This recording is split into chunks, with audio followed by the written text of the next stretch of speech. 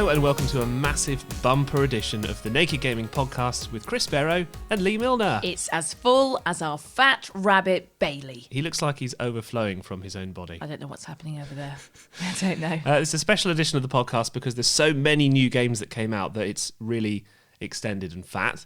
And also we're recording it at home.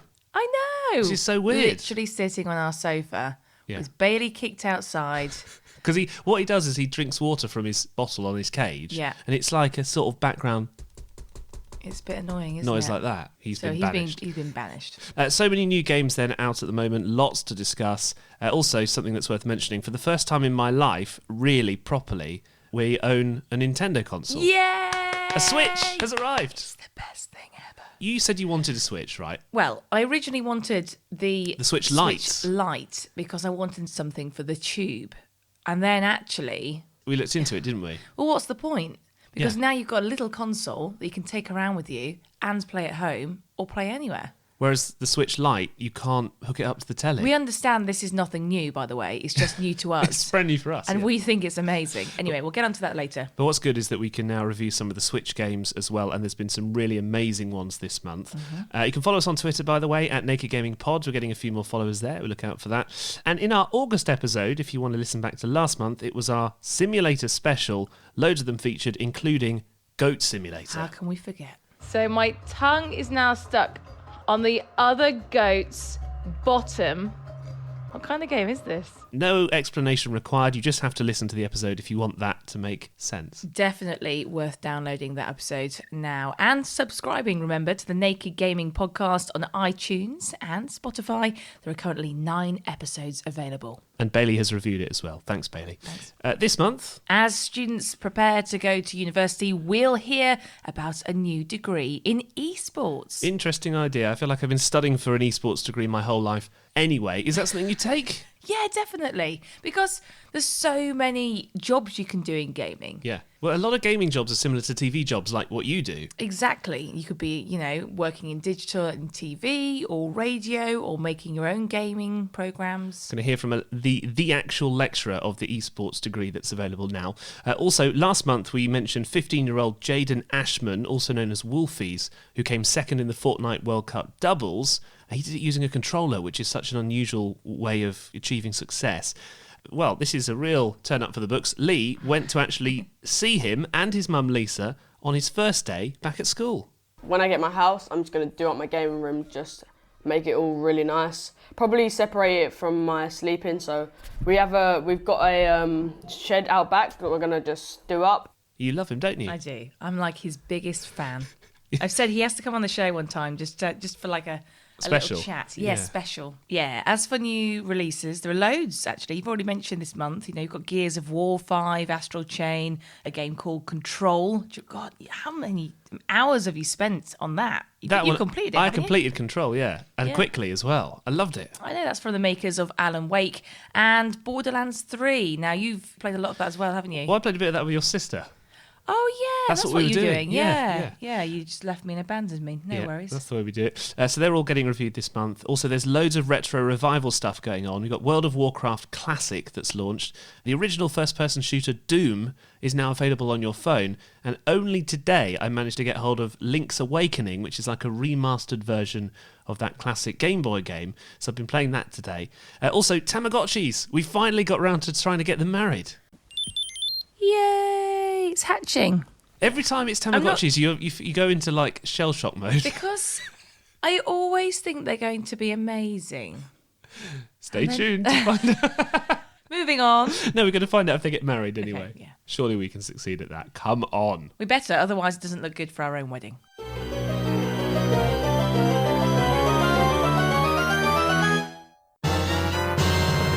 So first today, our Dota 2 correspondent Lee Milner has a roundup of a competition with a lot of prize money called the International.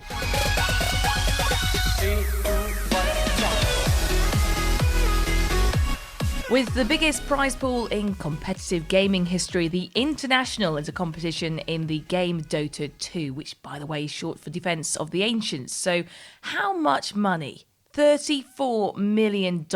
First prize was taken by the European team OG Dota, who became the first ever back-to-back champions of the International. I can't believe what we're seeing in this game. You thought you saw it all again, so you thought you saw it all again. There it is, scored! OG are your two-time TI champions. They've done it, folks!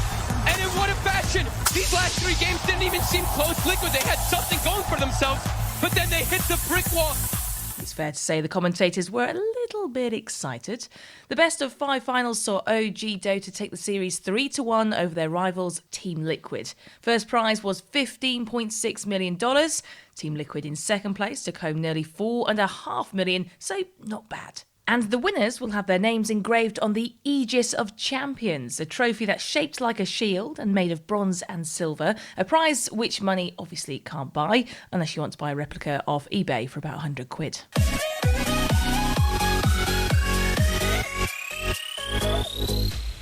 Thanks to our Dota 2 correspondent Lee Milner. There have been a lot of competitions recently with huge prize pools, so we'll stay across them for you. Well, this is my favourite pointless controversy this month. Right, this is the question. What would you call the buttons on the PlayStation controller? Now, you've got triangle, circle, square, and... X. Right. Well, according to PlayStation, the X button is actually called cross. No. No. I don't accept it. But this is from their official Twitter account. I don't care. No. Triangle, circle, cross, square. If cross is called X... then what are you calling circle, they say? Because their argument is you don't call circle O, and because they're all shapes, you should call it cross. I just call it X, so therefore... You're right. I am right. As I know. Exactly. It's a good job you know. So I don't accept that. I think a lot of people are going to be X about this. That's the top like joke. That. Good. My favourite reply on the actual PlayStation Twitter was from a tweeter who renamed the buttons himself to pizza slice, pizza box, no pizza, and pizza. Oh, I like that. That's really good, isn't it? A bit long-winded, but yeah. Okay. Well, at least now we know. Slammed on Twitter. So as students prepare for university this month, it might feel like playing games will have to take a back seat, but not if you're studying for an eSports degree. I like the idea of this. Matt Huxley is a lecturer in eSports. No. Well, it's amazing. It What is. a cool job. What a job, yeah.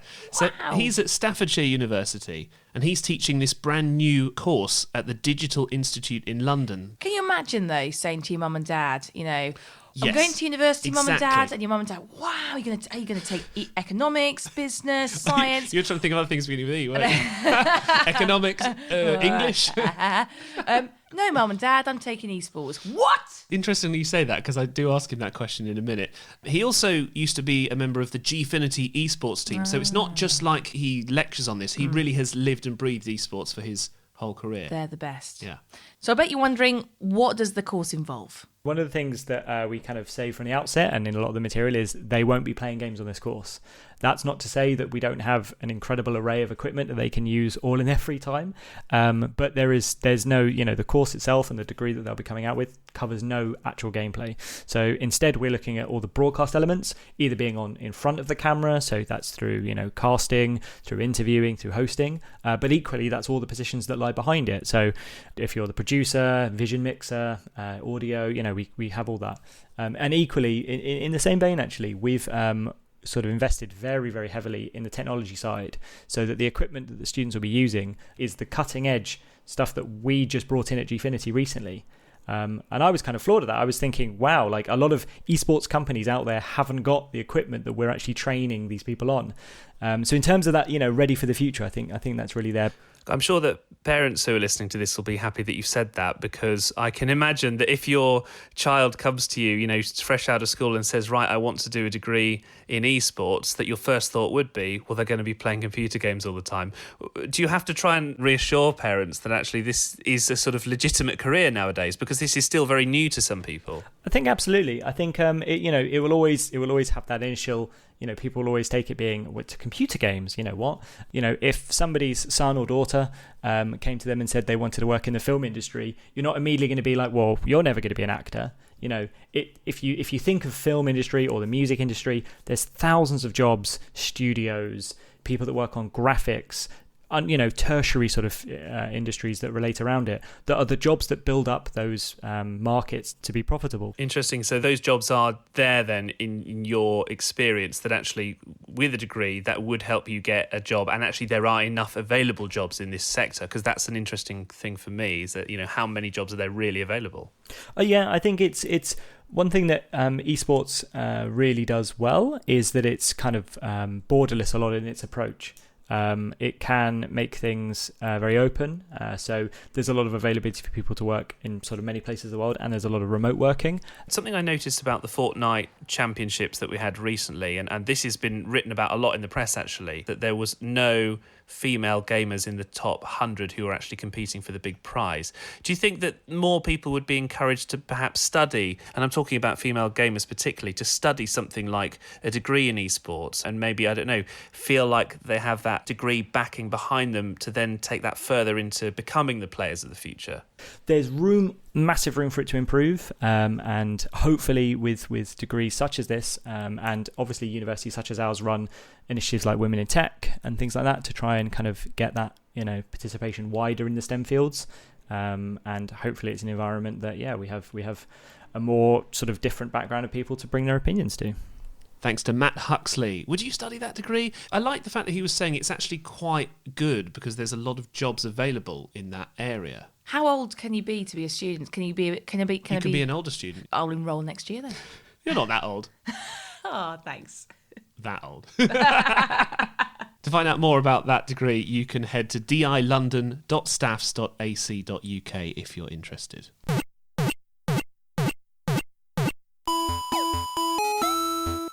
Now, last month, I did a huge amount of work, rounding up all the action from the Fortnite World Cup. I felt like I should have been playing a small violin for you there. Honestly, I think I should get paid more. I'm still recovering. I think you should get paid. You mentioned one story in particular during that roundup, which is just amazing. Yeah, so this is Jaden Ashman, also known as Wolfies, who played in the doubles of the Fortnite World Cup and actually came second with his partner Dave Jong. So now Jaden is a millionaire. It is an amazing story, and he did it with a controller, which we've mentioned as well, which is so rare. Because he's 15 years old, though, he's actually going back to school. I bet he's thrilled about that. He's quite modest, to be fair. It's lovely to see. So I went to meet him and his mum, Lisa, as they were getting ready. Jaden! What do you want for breakfast? Can I have some Cocoa Pops? With almost £1 million in the bank, it's time to go back to school for 15-year-old gamer Jaden Ashman, also known as Wolfies Online. 3, 2, 1. He won his fortune after coming second in the doubles of the first ever Fortnite World Cup. Over 40 million gamers attempted to qualify, but only 100 battled it out for a total prize pot of 30 million. Sitting at the breakfast table with his mum Lisa, Jaden told me that the first thing he bought with the winnings was a house for his mum, and he's already thinking about a brand new gaming room. When I get my house, I'm just going to do up my gaming room, just make it all really nice. Probably separate it from my sleeping, so we've got a shed out back that we're going to just do up into like a full gaming room with all good internet and everything. It's going to be like a gamer's paradise. Yeah, exactly. So you want to pursue a future in gaming. What about school though? Because isn't it GCSE year? Yeah, but I'm going to carry on going to school. And my house is literally right outside my school, so I can roll out of bed and go to school now. Is schooling still as important, even though you've won all that money? Yeah, because even though I've won $1 million, it's not going to hold me for the rest of my life, so... Now, Lisa, this must have been so hard for you as a mum, because plenty of parents would have said, come on, you spent too much time on the console. You even threw it out at one point. I did. How do you feel, though, now, after his success? Do you let him play on it as much? Since we've been back from New York, it's been the school holidays. So everything's up in the air, routines out the window. But he is going back to school, and Jaden knows that his GCSEs are important. So we're going to have some sort of structure into his day, and he's not going to be able to play the game when he wants. He will have to go to bed at a reasonable time. Because a lot of mums and dads will be thinking, he's done so well. He's won £1 million at the age of 15. But how do you know if my kid's going to be that successful and if he's going to lose out on the schooling? Jaden recognised early on that he had a talent for the game. I didn't see it I wasn't interested in seeing it because all I see it was he's playing a computer game and he's wasting his time. You know, he should be focusing on school. But now I do take the time. You know, I have a look on. I'm even thinking about opening a Twitch account and an Instagram so that I can have a look and follow him. How proud of Jayden are you? I am really proud. The way that Jayden's handled it all, I think he's been amazing. I think he's literally. I don't think he's changed one bit. He was on TV the other day. So that's mental, isn't it? Today is Jayden's first day back at school, and it seems his friends are impressed. I'm quite proud of him, you know. Yeah, like, he's worked hard for it and he deserves it. He's done very well. What have you heard? I've heard that he won quite a lot of money. I was watching the tournament myself, yeah. What did you make of his performance? He done really good. I didn't know he was that good, to be honest, but... Does it inspire you to get into gaming? Nah, not really, nah. I don't think I'll ever be that good. To the outside world, he's a gaming superstar. But inside the classroom, he's just a 15-year-old boy studying for his future. It sounds like he's not letting fame get to him, which I really like. It was so nice to see, and to be fair, he was excited about the house, but more excited about the controllers and the new equipment. He's already, just looking at his setup, it's quite impressive. I was really jealous because I saw his Xbox setup. He's got about 5 different controllers. But they're all like colours. Yeah, I love and it. he's like, as soon as I get into that shed, there's going to be internet in there, like probably dual screens, everything. It's going to look fab. Yeah, and I'm pleased he's excited as well. Well done to Jayden, and good luck with GCSEs as well. When the time I know, when the time comes. Power up. So from Wolfies to Wolf 3D, which is the best link you'll ever hear. Now, they're a company, actually, and they make in-game avatars from just one selfie. So you take a picture of yourself, you send it off to them, and then they create you a character which you can use in games. The character ends up looking pretty much exactly like you because they've been doing this for years now. They also say that there's improvements, which is an interesting... So not if you want to have bigger eyes, you can. I'm a little bit worried about this, though, because is this on like any kind of online game, say Minecraft or anything like that? The games that they're compatible with at the moment, you can use them in there. They're planning on making it in all games. So it's getting rid of being anonymous online, though. Exactly.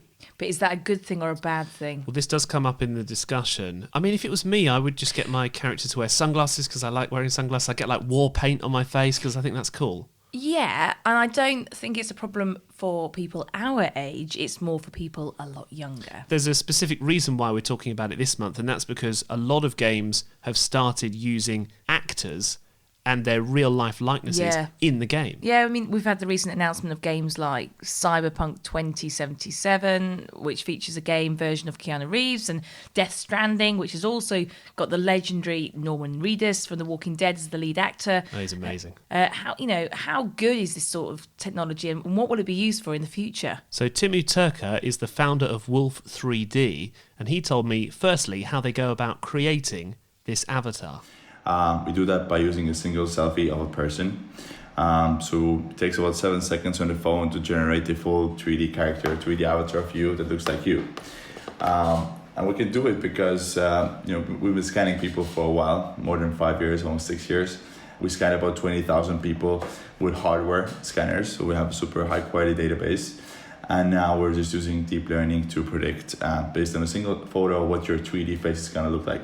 Why do you think people nowadays especially want to have their likenesses in games? Because, historically, it just wasn't possible to do this kind of thing, be truly represented. I think people actually don't want to have exactly their likeness. They want to have kind of a version of themselves, like a better version of themselves, like their social media profiles, if you compare it. You want it to be something that you can recognize as yourself, but you also want to have the customization and the ability to edit it and stylize it, so it's kind of an ideal version of yourself. I think people naturally already have very tight connections with their game characters, but having your own likeness there, recognizing it as a version of yourself, would only increase that. There's a lot of big games that are coming out very soon, like, for example, Death Stranding, where basically, celebrities and actors and, big names are being put into games and then their voice is being used in the game as well. So you've got essentially what looks like them acting in your game. Do you think that this is the way that games are going nowadays, that, big names can actually lend quite a lot to a game, or do you think it's a strange move at this stage? Yeah, I mean, surely it feels like the way to go. Like in a more interactive way with the celebrities we already know through our screens from movies and so forth. It feels like a natural way. If it becomes easier to bring them into the experiences, then why not?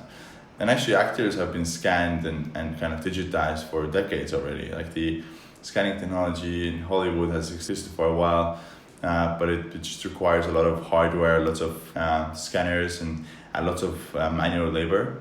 But yeah, if you want to scan an actor, then that's fine. How interesting is that? Yeah, that was Timur Turker, who's founder of Wolf 3D, just talking through some of the pros and cons of using that kind of technology. Pokemon Masters was released this month for mobile devices. It's free to play and involves sync pairs, which basically means a trainer and a Pokemon synchronized together. You can battle each other's trainers in teams of 3, and it's proving hugely popular. So I tasked our Pocket Monster enthusiast, Alex Rhodes, with reviewing the game. Let's see how he got on. Okay, I'm ready. I've got Pokemon Masters installed on my phone, ready to go. I've never played it. I'm going in cold to this because I don't even really know what it's about. I'm inside, so hopefully it's not too much like Pokemon Go, so I don't have to walk around too much. Right, let's open it up. Okay, here we go. Pokemon. Now you've got to do all the technical stuff. Pokemon Masters will let you to send you notifications. No. Attention, this app can be played for free, but there are purchasable items. Microtransactions. Here we go. See, right from the off, you can tell it's a Pokemon game. There's something about a Pokemon game sort of soundtrack that's always a giveaway, even when it changes. Japanese or English? Let's hear it. English. Go with that. My Japanese is a bit rusty. Oh, God, there's a lot of technical stuff here. Right. Okay, please check all the information low with your parent or guardian if you're a minor. Yeah, I'm sure everyone's printing out the privacy policy and the EULA rules for their mum and dad to read, but okay. Your usage data and personal data may be collected for the reasons indicated in the privacy policy. Okay, fine. Oh, you have to agree. Right. Ugh, you need a Nintendo account. Right. I don't have one. Spending notifications. No! We're actually getting there now. If it says you need an update, I'm going to flip out. Here we go. Whoa, he speaks. Blue. Blue is the age-old rival from the Pokemon games. Professor Oak's least favourite grandson. I'll just put my name. Please don't use your real name. Oh, fine, right, okay. Nickname. I'm just going to put Charming Ander. Because, like, Charmander, and my name is Alexander, so it's too long. Right, okay, fine. Rhodesy. That'll do. What do I look like? Okay, customise your character. Oh, I've typed it. It says... I've typed Roddy. The autocorrect's changed it to Roddy. Right, that's got a nice ring to it. It says blue. All right, enough of the sarcasm, please. It's taken him such a long time. Roddy hasn't even managed to start playing the game yet. Okay. 2 minutes, and that was the short version of getting it to work. Where did we get Alex from? Why can't we get rid of him? He's the best. Anyway, we'll check back in with him in a bit. Now, earlier this month, #VisibleWomen was trending on Twitter, highlighting women who are prominent in male-dominated industries. We actually noticed, just by looking at it, that loads of the people tweeting and messaging using this hashtag were actually working in the gaming industry. Yeah, definitely. I decided to catch up with Carrie Watterton, she calls herself a user experience designer with a games company called Puny Astronaut. They're based in Dundee. What that really means is that in games, when you're looking at those menus and those screens, and you look at your items that you're carrying, she actually designs those, which is really cool. How do you get into something like that? Well, exactly. She told me that something called a game jam is a very good way of learning the ropes. Oh, game jams are fantastic. So it's an event that you'll go to. It's usually quite student-friendly, where you're given a stimulus and you have to respond to that stimulus within 48 hours and create a game. It doesn't always have to be a game. It can be an interactive experience, things like that, but typically it's a game. So one thing that happens every year is the Global Game Jam. That happens in January. I think it's like usually around the 22nd. And that happens on a global scale. So there's like hundreds of countries that compete, and it's really cool because we get the theme in Scotland and the UK, and it's like you can't talk about the theme until Hawaii gets it, so it's like you got to wait 8 hours until they've got it. But yeah, and you just have these teams of people, and you can either go in with your own team, or you can go as like a solo person, get like picked up by a group of people, and it's a fantastic opportunity to learn new things, and it's so much fun as well, because you always end up with something at the end of it. But yeah, usually you're up all night and you get free pizza and everyone's completely dead by the last day and what you're submitting has 101 bugs in it, and it's just a fantastic experience, yeah. Like you say, you kind of end up with something at the end of it, portfolio-wise, especially if you're starting out, it could be really good for something like that, I guess. Mm-hmm.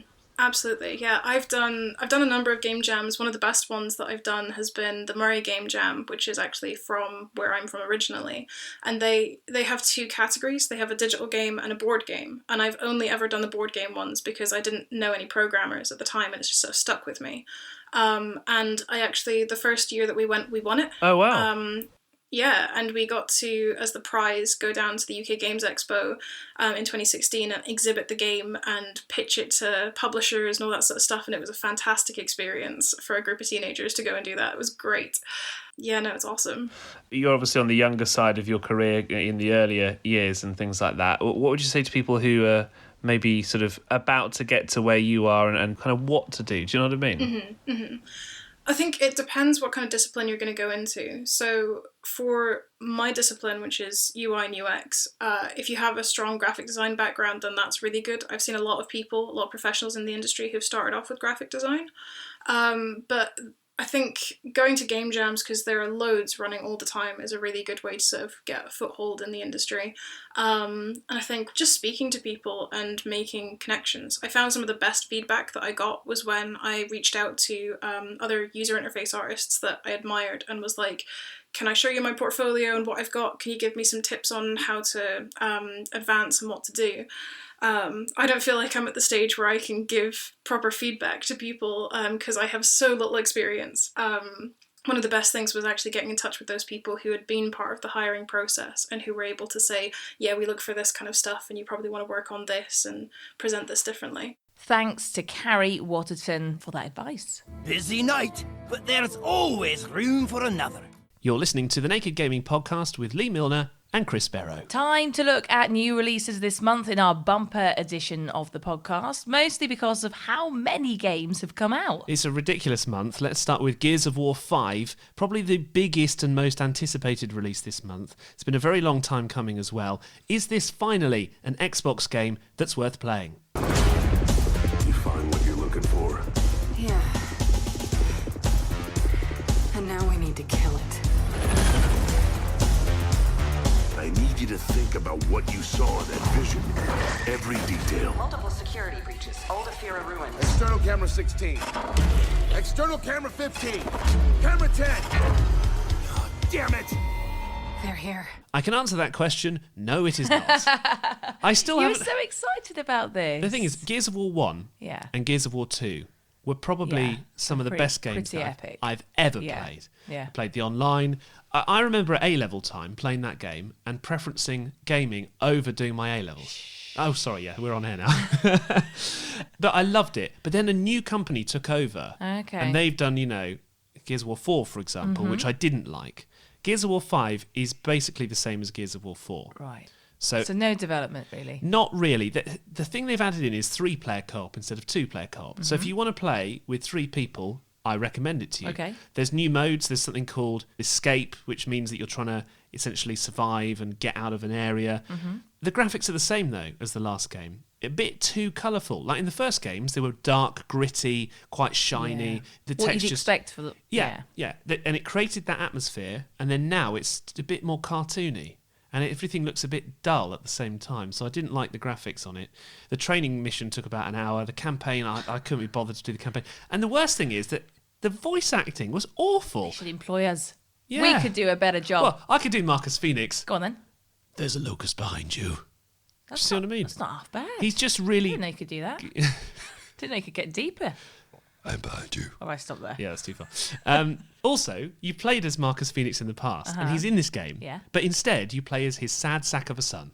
Wow. And it is really... Wow. Can we just clip that and use that again? His sad sack of a son. You like the action replay on what I just said? So now we're going to save that, and we can just use it for whatever we hate. Okay, because I don't want to play as his son. His son is a non-event. Wow. I want to play as Marcus Phoenix. Okay. Anyway, I didn't like it that much. If you liked Gears of War 3 and 4, then this is the game for you, and you'll probably love it, and you'll give it an 8 out of 10. How much did this cost us? £2. Now, Oh, thank this is goodness. the good thing about this, right? Because still you can get it with the Xbox Ultimate subscription, which means that you sign up and you can download loads and loads of games. And they're doing a special deal where you can have it for the first 2 months, and we're in month 2 now, for £2 a month. Okay. That then runs out, but you can cancel at any time. What games do you ever play on the Xbox? I don't. 'Cause everyone knows I'm not a fan of the Xbox. I I'm am. all about PS4. Yeah. So what games have you got? And now you're all about the Switch. But, like, for example, I didn't like... Hang on a minute. What have we? Because we're in our living room. There's that one there. Out of about 20 games. Yeah, go on.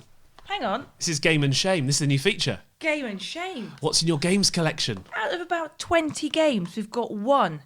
Shadow of Mordor. Yeah. How often do you play that? That's the one I've played the most, and I've played for about 2 hours. Right. Waste of money. So I wouldn't recommend it particularly. I have to clean these up. Yeah, that's your problem now. I would say 3 out of 10. I didn't enjoy it at all. That's a very unpopular opinion, I know, but if you didn't like Gears of War 4, you ain't going to like this one. It's out now, though, on Xbox and Windows 10, and it's got that classic online multiplayer, if that's your thing. Okay, so next today it's Borderlands 3. You may remember they released an incense burner, I certainly do, in the shape of one of the bad guys from the game called The Rampager. If you missed that, listen back to our July edition for a roundup of the worst gaming merchandise of all time, even though I think that was quite good. So is the latest Borderlands game any good, Chris? Well, this is an interesting one. So I played this game completely and utterly in co-op with your sister when she was staying here. You spent like hours playing that. Yeah, we played for about 3 hours and we loved it. We both loved it. Yeah, it looked quite good. It was interesting to get her opinion on it as well. Basically, I think personally it's better than Borderlands 1 and 2. It's very funny. I remember it now, yeah. It's come back to you, I really want to play this. The gunplay is very good as well. The co-op mode is superbly done. If you want local couch co-op, get this game, honestly. It gets the humour right, like the Telltale version of Borderlands that you can play on your phone, which I really recommend as well, because that's very story-driven. This is just as funny as that. The only complaint that we had in about 3 hours was that when you first get in a car and drive around, it's not great to control. Okay. But apart from that, the actual first-person shooter element of it is really excellent. The guns are a lot of fun to use. I was playing as a character who could summon basically a massive skag, as it's called, which looked like a huge fat Bailey the rabbit. Oh, is this Doggo? Doggo. We called him Doggo. Yeah, Oh, exactly. Doggo. So we played with Doggo, and that was so much fun, honestly. What would you give out of 10? Well, I was originally going to give it 7, but I would say actually I'm going to give it an 8 out of 10 because I just think so. thinking about it now, it's got a lot of gameplay in it. It's not an essential purchase this month because there's so many games to get hold of, which we'll come on to. But a lot of fun to be had there. Borderlands 3 is out now on PlayStation 4, Xbox One, and Microsoft Windows. Stop kidding around. Snake? Now, more new games. We got... endless. So many. This goes on forever, doesn't It's good. it? I love it. Good month. I think it's because we've got the Nintendo Switch this month, and after looking at the Nintendo Switch Lite and basically going, what's the point? What have you enjoyed playing on the Switch, by the way? Because I got it for you, and you've been And playing actually quite a lot. Hang on. And who's been playing it the most? You. You've been playing it the most. Okay, so we all know I like platform games. So Super Mario is my absolute favourite. Oh, I've got a clip of us playing Super Mario. Do you want to hear Go it? on, play Right. it. No, I don't want you coming with me. Oh, come on. Really? You're dead already. No! Stop pushing me! You straight up just murdered your own sister. That was ridiculous. There's so mean- much shouting and screaming. It's just our house, to be honest. Just our house. Was that when my sister was over? I think the best thing about the Switch, if you haven't got a Switch, by the way, when it's kind of portable, it's like a Game Boy. Yeah. You can use it on the train, on the tube, whatever. And the best thing is, if you go on like long haul flights or a long journey, you can play with your mate, which is unbelievable. But then you get to their house, all you got to do is dock it and get the controllers, and then it becomes like a PS4. Exactly that. And I've never, ever known a console to be like that. And I would say I've probably played it more in handheld mode than actually hooked up to the TV. Definitely. But that's what's so good about it. I'd recommend you buy the controller pads that you can dock The mini side controllers onto. the mini side controllers, yeah, because it does hurt your hands if you've got... I mean, I've got tiny hands and it still hurts my hands. But I think the fact that you can add more players and more players... And I know this isn't new, but... It is for us, though. It is for us, and we've always thought, Not a Nintendo Switch. I never would have bought a Nintendo Switch, but now that we've got one, I strongly recommend it. And actually, if you like things like Zelda, Breath of the Wild, You love that game. is a don't you? game that's worth buying the console for just on its own. A lot of people are curious about Breath of the Wild. It's the best game they've got. It's so good. How foolish. You people are leading all of humanity straight to damnation. Straight to damnation? You're the terrorist here! So Astral Chain, you haven't really seen this one. No. So it's very story-driven. It's like a hack and slasher, but with a really good story, which is very unusual. And you've got this thing called a Legion, which is basically like a pet, but it's like a sort of alien pet type thing. So the Astral Chain is the chain that controls it. And you summon it, and when you're fighting the bad guys, it's you and your legions, almost like swinging around this chain together. And you can use your legion to sort of encircle bad guys and lock them up and stuff together. Okay. It's really good. I didn't think this was going to be that good a game, but this has probably overtaken Zelda Breath of the Wild as actually the game I played the most this month. Combat's amazing. The running inside is a bit awkward. There's a lot of weird stuff in the game. I just want to mention a few of the odd things. So there's a toilet paper fairy in the toilet, and if you give it toilet paper, it's happy. Ah. Yeah, it's a bit weird though. There's a thing called Lappy the dog, where some female character dresses up as the mascot of the police station, Lappy the dog, and it's just really odd. That's bizarre. It is bizarre. The thing I didn't like was that the lips don't move to the English translation of the game. Ah, okay. So it's like a That's Japanese that's game, a bit, basically. Yeah, and you annoying. think they've done so much to make it incredible. Why not just do that last final hurdle? Yeah. The detective elements as well are very much like a game called L.A. Noire, which is one of my favourite games. And that's just a little bonus on top of all the combat. So you're kind of solving cases, you're a police officer, it's over-the-shoulder camera, stuff like that. Okay. There's only one grammar mistake in this game, and they say worse comes to worse instead of worst comes to worst. All right, grammar police. I know. So, what would you give it out of 10? Honestly, this game is a must-buy for the Switch. Despite the things that I've said that I don't like about it, I'd give it a 9 out of 10. What? Now, that's because it is greater than the sum of its parts. So the individual elements are fine, but when they're knitted together to create the game, it's a real game experience. You shocked me there. Honestly. But I played this more than Zelda Breath of Hyrule. This is actually taken over. I think I'm going to want to go back and play it on the most difficult mode as well. So Astral Chain is out now on Nintendo Switch, and if you want to get it, definitely get it. It's really good. So there's another new Pokemon game. This one, though, is free to play. Pokemon Masters. I accept your challenge. Go! Help out! Defend I only played for about 10 minutes and I kind of liked it. So it's got this thing called sync pairs in. That means that you're a trainer like Ash, and Ash is locked together with Pikachu. You can't change your Pokemon, you're a sync pair. Yeah. And you've got Misty with Starmie, and they're locked together. Oh, okay. You can unlock new sync pairs to add to your team of 3. Uh-huh. So I asked our resident Ash Ketchum enthusiast, Alex Rhodes, who's been swiping his Pokeballs, to see how good this latest free-to-play game actually is on your phone. Very jolly. Guess who that is? You're right, it is Pikachu. Right, okay. I actually don't know what the... Oh, Brock and Misty here. Okay, the whole gang. This isn't what I was expecting at all. Let's just tap on Misty's face. Ever since I teamed up with you, I felt like my Pokemon and I have become closer than ever before. You are laying it on a bit thick there, Misty. We've literally just met. Thanks. You're welcome. Explore. Main story. Ooh, there's some kind of battle thing going on. These lot are angry because it's against the rules to force a Pokemon trainer to battle when they don't want to. Street Thug is not having any of it, though. Or Punk Girl. We're springing to the rescue here. Oh, right, okay, so we're getting it's more of like an RPG in the sense that you've got your characters, they each have a Pokemon each. Mine's obviously a Pikachu. Tell you what, it's a real step up from Pokemon Go in the sense that it's very slick, lots of animations going on already. Rock Throw. Onyx chucks a rock. That's a pretty good animation, because I like Pokemon Go, much like everyone. It had that amazing 2 weeks where everyone was playing Pokemon Go, and people on the news were like, what is this thing called Pokemon Go? Pokemon Go. How did your parents say Pokemon? Mine say Pokemon, I think. Pokemon, that's how they say it. Yeah. This has definitely got a lot more going on. Yeah, that's right, Street Punk. Boom. Knockout. Victory. Very slick. Really impressed so far. Yeah, one thing that's levied against Pokemon a lot is that not enough has changed. And they don't really have an excuse for that because, you know, they could invest a lot of money. Everyone's been crying out for a full console, proper console Pokemon game. We're probably going to see that with the Switch now, but like, they were late to the party with it. And the Pokemon Company make literally all the money in the world. Pokemon Go was the most popular app ever. They make loads in the merchandising and the anime and the, you know, the movies. There's like 50 movies. With Pokemon, it's been pretty static for a long time. There is the argument, if it ain't broke, don't fix it. Fair enough. But at the same time, I think this is more in the right direction. It's actually changing up the formula.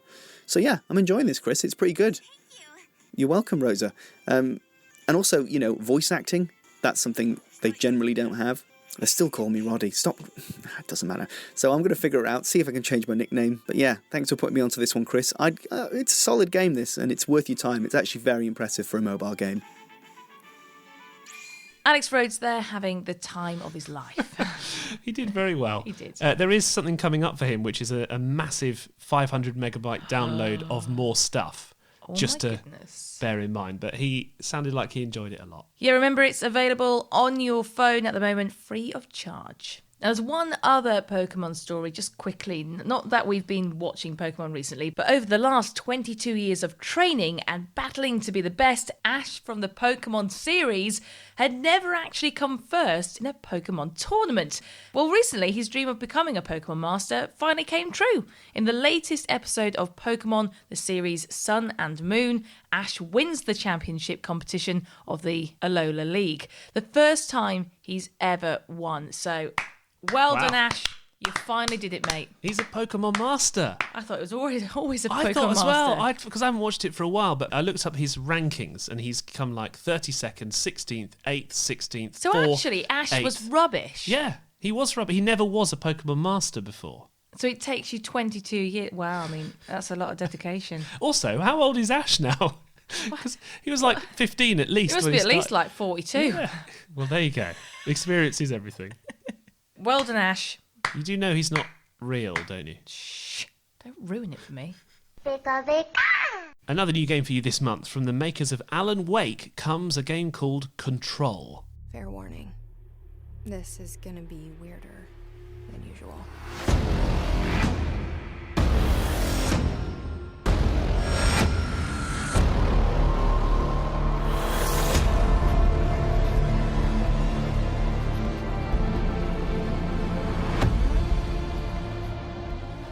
So Control is a game that is very similar to Alan Wake, third person. You go up against something called the Hiss, which is possessing people and making them float in midair.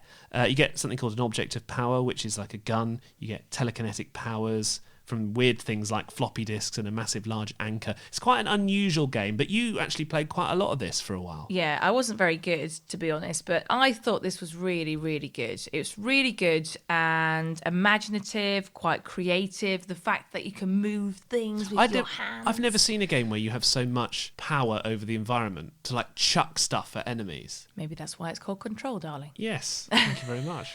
There was a bit of a weird thing with the brightness at the beginning, if you remember. They said there are 3 icons here. Make sure that the left one is invisible, the middle one is done, but there was only 2 icons. Yeah, a bit weird. It is really good. And how long did it take for you to complete this one? You can beat the game in 12 hours, and I think I did it in about 12 or 13 hours. It's very good, though. On a very rare occasion, it would sort of stutter around a bit because it couldn't quite handle it, but they've just done an update which fixes that problem. Oh, okay. So that's really good. If you want to take a bit longer, there are side missions. The only problem with this game, once you finish, it's not a lot of reason to carry on playing. If you die as well, it takes a little bit of a long time to come back to life and replay it. I think you found that as well. Yeah, a lot of games are like that, though, aren't they? Because it's become more stable, I'd give it a 9 out of 10. I'd be interested to know what you'd give it because I really like this game. The only problem is I don't rate games or give them high rates if I can't do it or I find it hard. Yeah. So I give this I give it a 6 out of 10. So it was quite hard it was a hard game. For me, it was quite a hard game and I get bored then and I give up. So I think if I just get more practice, maybe I'll be better and I give it a higher score. 6 out of 10 from Lee, 9 from me. It's definitely worth a go. It's a bit of a sleeper hit, to be honest, so check it out.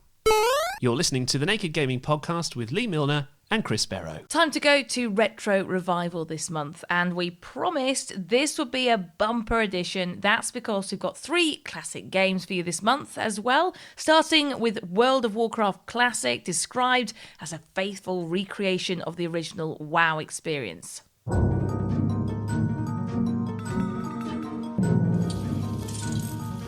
Someone once said that you can't go home again, but they lacked vision. And a temporal discombobulator. Now, I didn't play much of World of Warcraft. Did you play World of Warcraft? No, that's the only game really that I just haven't really played, but I appreciate why it's such a good game. Yeah.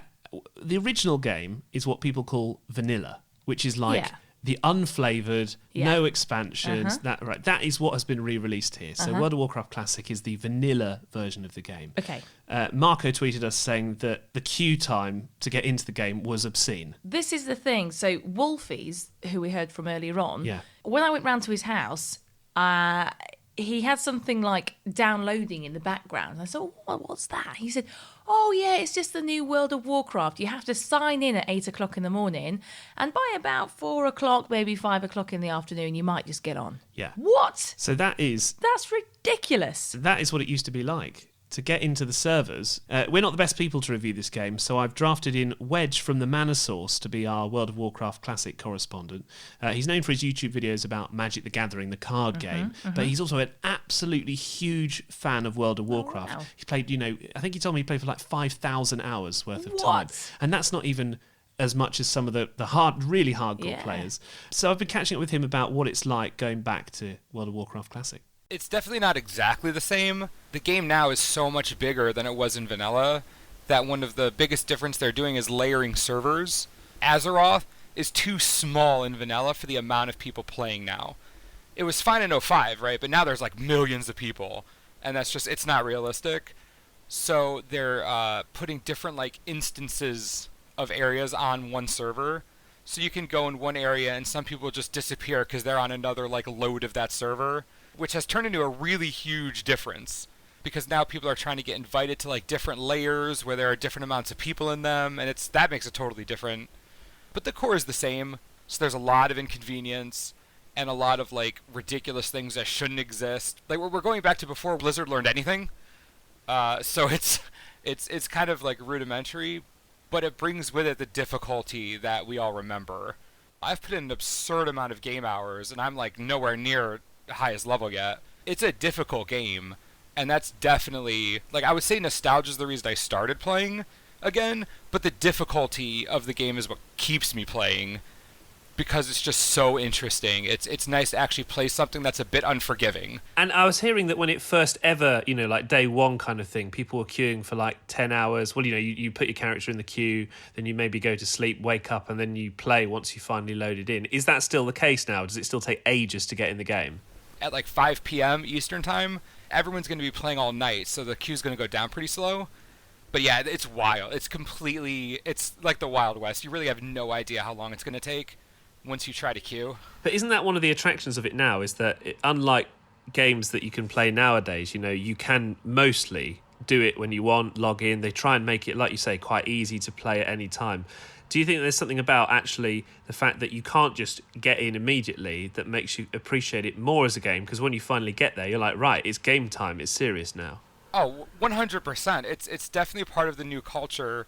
The guild that I run, which is quite large, that's become a part of the community, is people log on and they'll like share their queue times, and they'll be like, oh man, like I can't wait to get on. Like it's this thing that that especially the new players who have never played this before, they've never dealt with queues, right? Like how many new gamers do you know have had to deal with queues before? So it's this wild experience, almost like you're waiting in the line for a movie or like a ride at Disney World or something. It's this whole new sensation. Thanks to Wedge from the Mana Source for reviewing WoW Classic. It's now out on PC.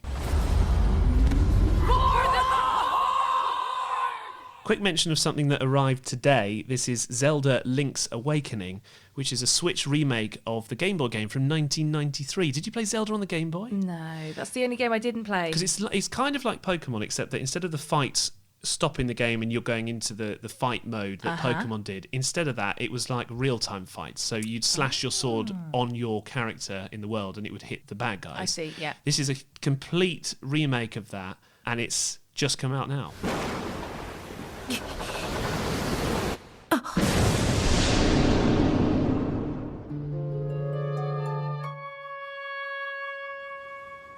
I was expecting a lot more from this game than what it cost. It's priced as a full price game, so 50, 60 quid. It's expensive. Aren't they expensive games? They these really days? are. They're really, really expensive, and I don't know why, to be honest. I swear though, our postman must think, how many games do they order? What do they do in the house? Well, they just leave them outside the front door, though, don't they? Let's not get into that. Yeah. I mean, that infuriates us. Anyway, it's quite laggy. I was annoyed at how laggy the game was, and I thought it should have been better for a re-release that people have been waiting a long time for. So I've played for about an hour today, and I think it should be better. I did get into it eventually, though, but at this early stage, it's getting a 6 out of 10. But I think we need to investigate whether we can return games if they're rubbish. Do you know what? That is the thing I want to do a genuine investigation on, because what are the, if a game says an astounding game and then you play it and you don't think it's astounding, are you allowed to say, well, the promotional material was wrong? Or maybe that's for the next edition. Okay, we'll look into that. But 6 out of 10, but if you love the classic one, it has got much better graphics, so maybe worth checking out. It doesn't get much more classic than Doom, the original first-person shooter, which has been re-released this month on mobile devices. I had actually played the original Doom from 1993. This is what I would describe as a faithful, pointless remake. Yeah. So they remade it exactly the same. Okay. But I don't know why. Because the controls are awkward.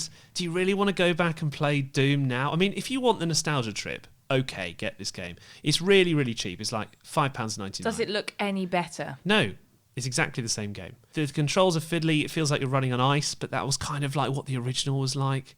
So what's the point? It's just it's a pure nostalgia trip, but I don't know why you would do this one. And I think also, because it's such an old game, £6 is actually quite expensive. Yeah, definitely. For just exactly the same thing. How much was the Sega thing we bought? Oh, we bought Sega Classics, which is 20 games, and that was about 15 quid. Yeah. And that's well worth it, because Really you get good. loads of classic games. Anyway, it is out now. If you really want to play it again, it's available on iOS and Android now. Monster kill. And finally, after the latest Tamagotchis were released a few weeks ago in America, we decided to see if our new virtual pets could be persuaded to get married to each other, just like we're going to in February. Exciting times. I was about to say, are you excited? I can't wait, honestly. I know, it's going to be so good. I hope it goes better than, well, the experience we've had with these Tamagotchis. So, just to fill you in, if you missed last month's episode where the Tamagotchis arrived after a long time, they cost £65 each. That's expensive. Which is a lot of money. In fact, we could have bought a bit of a slice of a wedding cake. We could have bought 4 wedding chairs for that. Yeah. Why are wedding cakes and chairs and things? Why is it so expensive? I don't know. Okay, anyway, you got sidetracked there. Tamagotchis were one of the most popular digital pets. What's different about these ones? They're in colour, first of all. They're massive. They're really massive, as you'll hear shortly. In fact, because we spent way too long playing with them, the review got enormous. So I'm going to have to fast forward some of the bits of our I think we're review. a little bit excited. Yeah. So here we go then. The time has come for Tamagotchi action. This is an exciting day. Started. I've never seen somebody so keen. You'll need a screwdriver, batteries, and the instructions. Let's get going. Here we go. I can't believe that you have to put your own batteries in for starters. That's a disgrace. Shall we read the instructions this time? No, just carry on. Just put the batteries in. The instructions are in French. We've got no chance. Oh, I found the English ones. now. Okay. Good. So these virtual pets should be... Oh,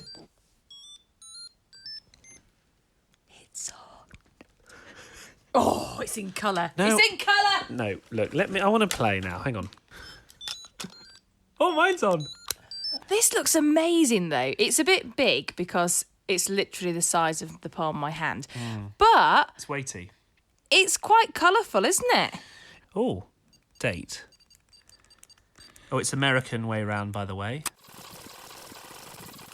These are an absolute faff. So I would say that you need an adult for this. It says user guide 6 and over. We shouldn't be doing this so late. And after a glass of wine. What about a glass? I think that's probably where some of the user errors coming from.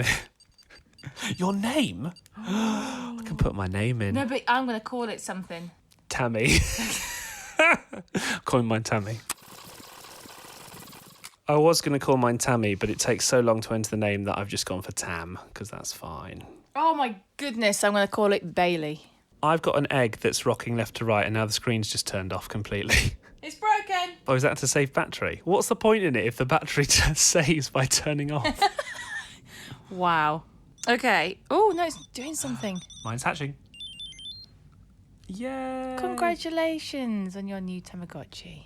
The graphics are amazing, aren't they? To say it's so small. Yeah, compared to what it was. It's a little bit like Pokemon, though, isn't it? So mine looks like a... I mean, would you say it looks like a female character, maybe? Yeah. Oh. Oh. Yay, it's hatching. Well, mine's blue. Yours is rubbish. Mine's amazing. Oh, but it is Bailey, so... Oh, mine's crying now as well. They don't look very happy, do they? Imagine giving this to your kid. Here you go. Oh, it's sad, Mummy. Oh, well. I think we should go our separate ways for a bit and reconvene when they're older. What do you think? I think so. Okay, so I'm just getting in from work. I'm just looking at the Tamagotchi. Hang on. He's upset. He's always upset. Two little poops. He's crying. He's in the corner. I'm not talking about Chris either. The thing is, it's so needy. I just haven't got the time. Okay, so at least he's happy now. I know he's jumping up and down. Give him a rice bowl. Who doesn't like a rice bowl? Day 3 of Tamagotchi action, and it's evolved again overnight. This time it actually looks like a bride. It's a white Tamagotchi with a white dress on and a white, veil, and then it's got a cloud on her head. And why is there two poops there? I've been looking after it that well. How have you found these so far? They seem to be constantly unhappy all the time. Have you noticed that? It's very... Much. It's too much. I mean, this has put me off kids for life. So we're at the stage now where we're about to see if one of the Tamagotchis can propose to the other one of the Tamagotchis. Who's going to propose? Well, luckily, I've already thought of this, and just like in real life, I've spent 500 Gotchi points on buying a ring. Is that how much it was? There was an option in the game for me to buy a 5,000 Gotchi point ring, but I just thought, nah. The 500 one, you absolute cheapskate. Well, it's not up to me, is it? It's up to Bailey, your Tamagotchi. You can have that back. Oh, the real one? No. Thanks very much indeed. I'll happily trade that back in for some more games. Okay. Look what mine looks like. It's like a robber. Oh, no, it's doing this thing that you hate. You hate it when it does this. Right. Can I just point out that there's a squirrel that just turns up randomly all the time and goes, hey, do you want to eat some apples? Hey, do you want to eat some grapes? And then, abducts your character for about a minute. And then it explodes. Yeah. What's that about? Right, are you going to propose to me or what? Yeah, I mean, I'm sure my Tamagotchi's not in the best state because it's crying at the moment. Like most proposals. It's supposed to do that afterwards. Anyway, so connection. If this works, though, at least it'll be great success. Okay. Tamagotchi. Yeah. Oh, hang on. Marry. Right, so I'm going to press marry. Oh, hang on. Oh, it's the squirrel. squirrel. What's with the squirrel? Okay, marry. So you've got two little infrared points at the end of the Tamagotchi. You're supposed to line them up, and then on the screen it says waiting. And normally they connect, but no, they're not going to marry. These are a waste of money. Wow. Is that it? Are you done? Well, yeah, what's the point? I got the Tamagotchi because I thought they could marry and have babies, and mine doesn't. Mine just sits there and cries. So they're going back to the shop again, off to America. Again? Yeah. They've done. This is what I wanted to ask you about, right? Has the idea of a Tamagotchi been and gone? Yeah. We talked about this. I think the thing is with Tamagotchis is that back in the day, I sound really old here, we didn't have mobile phones and something that's really interactive, in real time. So Tamagotchis were like, what the hell? Yeah. This is amazing. But now, obviously, that a couple of years down the line, it's like, and what? And you kind of get a Tamagotchi for the retro revival of it, the retroness. But because these have been tried to, be updated, what's the point? You got a week's worth of battery as well, and then they die. Yeah, and the fact they never married and never had babies, I think it was just so disappointing. So back they go. I'll let you know if I get the refund. And that's it for this month. That was like a very enjoyable marathon. Does that mean we can have takeaway tonight? Because we've done lots of... No, it's not our cheat day today. Oh, yeah, no, it's not. Not our cheat day. Every day's cheat day for me at the moment. It's for Bailey. Bailey the rabbit, so fat still. You can read more about the items, the transcripts of these interviews, and there's some supplementary links and pictures as well. I know. They are actually quite good. I spent ages choosing them. NakedScientist.com. You can also leave your comments there and reviews as well. And please get in touch if you'd like to. Email gaming@nakedscientist.com, and you can now tweet us at Naked Gaming Pod. If you'd like to sponsor this podcast, do let us know on the email as well, and then I can afford to buy a boutonniere for our wedding. I need to get one for my dad as well, and the rest of the guests. Sorry, not special. We need lots of sponsors. Yeah, lots and lots of sponsors. I didn't even know boutonniere was a word before we started getting married. Yeah. Did you know what that was? Yes. No. It's the flower that you wear if you still don't know. If you're not into weddings. We don't even know what cake we're getting. We're just like, just whatever cake, just bring it on. We're just getting whatever cake is included in our wedding package. Exactly. So thanks for tuning in this month. There's loads of stuff available online, so check it out as well, and we'll catch you next time round.